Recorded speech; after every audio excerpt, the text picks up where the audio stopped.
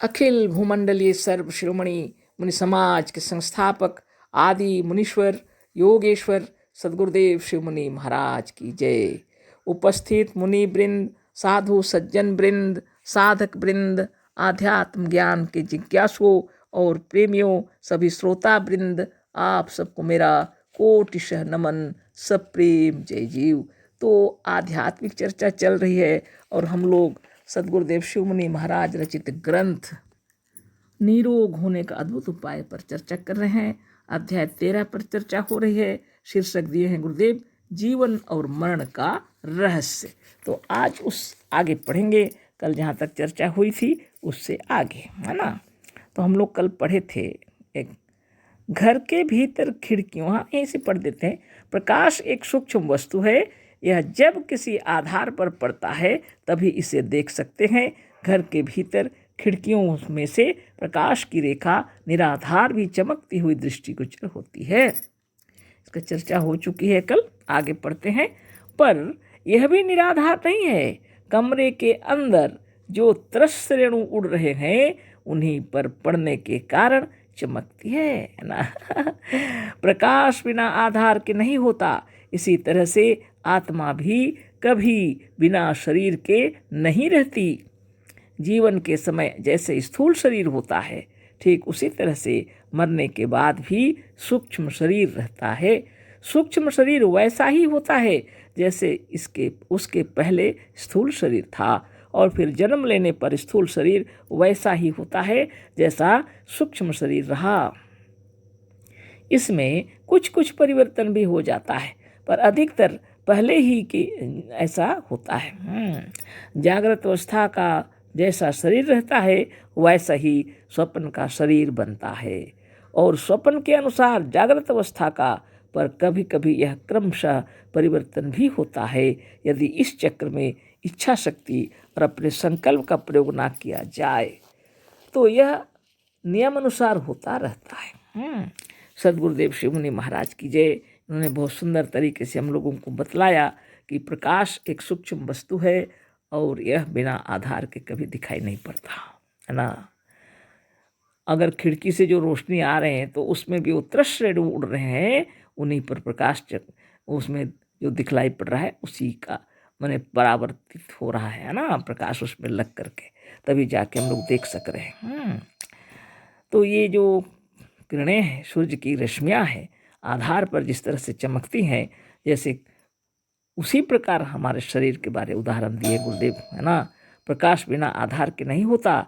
इसी तरह से आत्मा भी कभी बिना शरीर के नहीं रहती। तो सदगुरुदेव कह रहे हैं आत्मा भी बिना शरीर के कभी नहीं रहती है आत्मा, है ना। जीवन के समय जैसे स्थूल शरीर होता है, ठीक उसी तरह से मरने के बाद भी सूक्ष्म शरीर रहता है।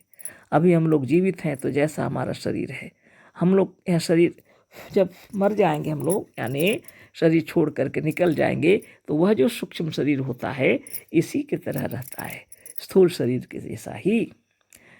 लेकिन कोई उसे देख नहीं सकते, केवल हमारे अपनी अंतरात्मा से, केवल अपने मन से हम लोग का यह शरीर दिखता है, संकल्प से, इसी की तरह ही, है ना। तो सूक्ष्म शरीर में हमारा शरीर, सूक्ष्म शरीर में हमारी आत्मा रहती है। नाश नहीं होता आत्मा का, तो स्थूल शरीर यहाँ छूट जाता है, तो इसी तरह का ही सूक्ष्म रूप रहता है अपना, मनोमय होता है, कोई दूसरे उसको देख नहीं सकते, है ना। बहुत बड़ी बात है। सूक्ष्म शरीर वैसा ही होता है जैसे उसके पहले स्थूल शरीर था। और फिर जन्म लेने पर स्थूल शरीर वैसा ही होता है जैसा सूक्ष्म शरीर रहा। उसके बाद फिर जब हम लोग जन्म लेते हैं, सूक्ष्म में रहते रहते फिर जन्म लेते हैं, तो स्थूल शरीर जब आता है तो वो भी वैसा ही होता है जैसा इसके पहले सूक्ष्म शरीर रहा। इसमें कुछ कुछ परिवर्तन भी हो जाता है, हाँ थोड़ा थोड़ा परिवर्तन होने लगता है। जैसे हम लोग के माता पिता होते हैं वैसा ही उसमें परिवर्तन हो जाता है, थोड़ा सा रूप रंग बदल सकता है, धीरे धीरे परिवर्तन होता है। पर अधिकतर पहले ही ऐसा होता है, लेकिन ज़्यादा से ज़्यादा जैसा हमारा पहले था वैसे ही हमारा रहता है। जागृत अवस्था का जैसा शरीर होता है वैसा ही स्वप्न का शरीर बनता है। जागृत अवस्था में जैसा हमारा शरीर है, स्वप्न में हम लोग ऐसे ही देखते हैं ना अपने आप को, और स्वप्न के अनुसार जागृत अवस्था का और स्वप्न के अनुसार जैसा शरीर है जागते हैं तो वैसे ही दिखता है। पर कभी कभी यह क्रमशः परिवर्तन भी होता है। जीवन मरण के रहस्य पर गुरुदेव बतला रहे हैं कि जब हम लोग अभी ऐसा शरीर है, जब शरीर छूट जाएगा यह स्थूल शरीर, तो हम लोग इसी प्रकार के एक शरीर, मनोमय शरीर में रहेंगे, और फिर जब जन्म लेंगे तो उसी तरह का वह शरीर भी, स्थूल शरीर भी धीरे धीरे हो जाता है ना। थोड़ा परिवर्तन होता है धीरे धीरे, कभी कभी माँ बाप के हिसाब से चलता है, और फिर उसके बाद फिर हमारा जैसा शरीर था वैसे ही फिर सूक्ष्म में होगा, फिर जागृत होगा। तो इस तरह करते करते थोड़ा थोड़ा परिवर्तन होता है, सो अलग बात है। लेकिन लोग नहीं समझते। लोग तो कहते हैं कि मरने के बाद हाथी घोड़ा कीट पतंग पशु पक्षी जैसा भगवान देना चाहेंगे दे देंगे, हाँ ऐसा बोलते हैं। यही अज्ञान है ना। हमारा मृत्यु कभी हुआ नहीं है और कभी मरेंगे भी नहीं, और एक आत्मा दूसरे आत्मा से कभी मिलती भी नहीं है ना। ये इसका परम सत्य को आप जान लीजिए। हम लोग जब जब जन्म लेंगे, जब जब मरेंगे, ऐसा ही शरीर होगा। थोड़ा सा परिवर्तन होगा अपने माँ बाप के हिसाब से, थोड़ा सा परिवर्तन होगा, लेकिन ऐसा नहीं है कि हम लोग मनुष्य हाथी बन जाएंगे, घोड़ा बन जाएंगे, सांप बिच्छू बन जाएंगे, कीट पतंग बन जाएंगे। ये सब बहुत गलत सिस्टम है। ये विचार नहीं होना चाहिए, ये गलत है। आप जितना 1000 बार सोचेंगे भी तो ऐसा आप नहीं बनेंगे। मनुष्य है, मनुष्य ही होंगे, है ना।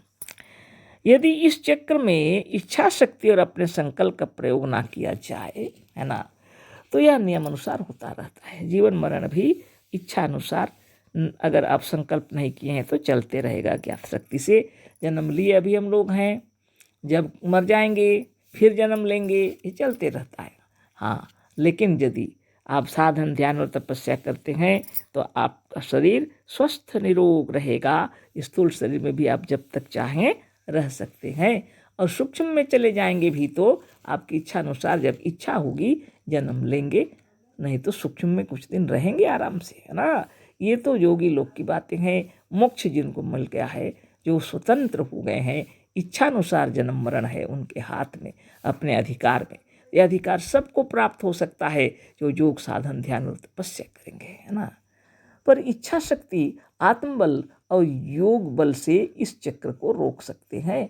उसी को गुरुदेव बोल रहे हैं। इच्छा शक्ति आत्मबल और योग बल से इस चक्र को रोक सकते हैं। हम इस शरीर को जब तक चाहें तब तक रख सकते हैं, पर इस ज्ञान को यहाँ हम विस्तार से नहीं लिख सकते। आत्मबल, योग बल और इच्छा शक्ति को जानने के लिए हमारी बनाई हुई 4 पुस्तकें देखिए। पहली पुस्तक का नाम है योग साधन, यानी सचित्र योग साधन, है ना। दूसरे का नाम है वेदांत सिद्धांत। तीसरा का नाम है शरीर से अमर होने का उपाय, और चौथी आत्मबल मनोबल और इच्छा शक्ति, है ना। बिना सत्य ज्ञान के मनुष्य जीवन मुक्त नहीं हो सकता, और जब तक तुम जीवन मुक्त नहीं होते तब तक सच्चे आनंद, सच्चे सुख और सच्ची शांति का अनुभव नहीं कर सकते। सद्गुरुदेव शिव मुनि महाराज की जय। कितनी महिमा है आपके इस शरीर की। जब हम लोग स्थूल शरीर में हैं, यहीं पर हम लोग को माता पिता गुरुजन भाई बहन सब मिलते हैं, और इसी संसार में हम लोग अहिंसा सत्य अस्ति ब्रह्मचर्य अपरिग्रह का प्रयोग करते हैं, है ना। सिद्धि प्राप्त करते हैं। शौच संतोष तप स्वाध्याय ईश्वर प्रणिधान, ये सब की यहाँ पर सिद्धि प्राप्त करते हैं। जैसे बालक जब जैसे जैसे बड़े होते हैं ना, तो माँ बाप उसको सिखाते हैं। सवेरे उठ करके ब्रश करना है ना, फिर स्नान करना है, सब सिखाते हैं। उसी तरह यहाँ पर गुरुजन जो हम लोग को ज्ञान देते हैं, अहिंसा का पालन करो, सत्य का पालन करो, अस्तेय का पालन करो, ब्रह्मचारी उसी को कहते हैं, और अपरिग्रह का पालन करो, है ना। ये सब ज्ञान देते हैं सद्गुरु, है ना। तो हमारे सद्गुरु जो ज्ञान दिए हैं, ये परम सत्य को जान लेने के बाद और किसी दूसरे की जानने की क्या आवश्यकता पड़ेगी आपको। यह आत्मा अजर अमर अविनाशी है, गुरुदेव बतला रहे हैं। और आत्मा कभी किसी से नहीं मिलती है, तो बिना मतलब की बातों में उलझा देते हैं सब लोग। मरने के बाद में हाथी घोड़ा कीट पतंग पशु पक्षी बनेगा, ईश्वर आपको देंगे कर्म का फल, है ना। ये सब झूठी बातें हैं। ईश्वर किसी को कर्म का फल नहीं देते हैं, वैसा ईश्वर कहीं बाहर में नहीं है। अगर ईश्वर है तो आपके अंदर है, और वह कोई दूसरा नहीं है, आप स्वयं हैं। और इसी आत्मदेव ने ऐसी महिमा बनाई हुई है कि आप जैसी इच्छा करेंगे आप वैसा काम कीजिए। तो जब तक आप अच्छा काम करेंगे तो अच्छा फल मिलेगा ही। बुरे कर्म का फल बुरा होता है, चाहे इस जन्म का हो, चाहे उस जन्म का हो, चाहे किसी जन्म का हो, लेकिन अपने ही कर्मों का फल मिलता है। इसलिए सुंदर काम करना है, नित्य दिन योगाभ्यास करना है और अष्टांग योग का पालन करना है और जीवन मुक्त होना है। इसी जीवन में ही आपको यह ज्ञान हो जाएगा जब, और आप नित्य योगाभ्यास करेंगे और आत्मबल मनोबल योग बल से आप इच्छा शक्ति से अपने शरीर को जब तक चाहे यहाँ रख सकते हैं और जब चाहे आप जा सकते हैं। जब इच्छा होगी फिर जन्म लेंगे। तो इस तरह का जो स्वभाव हो जाएगा आपका, उसको कहते हैं जीवन मुक्त। और नहीं तो ईश्वर देंगे, ये करेंगे वो करेंगे, दुनिया भर की बातें। तो ईश्वर कोई बाहर में नहीं रहते हैं, सबकी आत्मा ईश्वर है और अपना अपना कर्म का फल हम लोग को प्राप्त होता है। ये आत्मदेव ने बनाया है ना। कर्म प्रधान विश्व करी राखा, जो जस करे सो तस फल चाखा। आत्मदेव ने बनाया है और यह सबके लिए समान है, क्या अमीर क्या गरीब, सबके लिए समान है। कर्म का फल कर्म के साथ लगा हुआ है। तो कल फिर चर्चा होगी। अशेष धन्यवाद। तो ये अध्याय 13 कंप्लीट हो गया। कल हम लोग अध्याय 14 पर चर्चा करेंगे, है ना। चिकित्सा से रोग में वृद्धि होती है बोल रहे हैं, कल बात करेंगे। अशेष धन्यवाद। कोटि नमन। सद्गुरुदेव शिवमुनि महाराज की जय। सप्रेम जय जीव।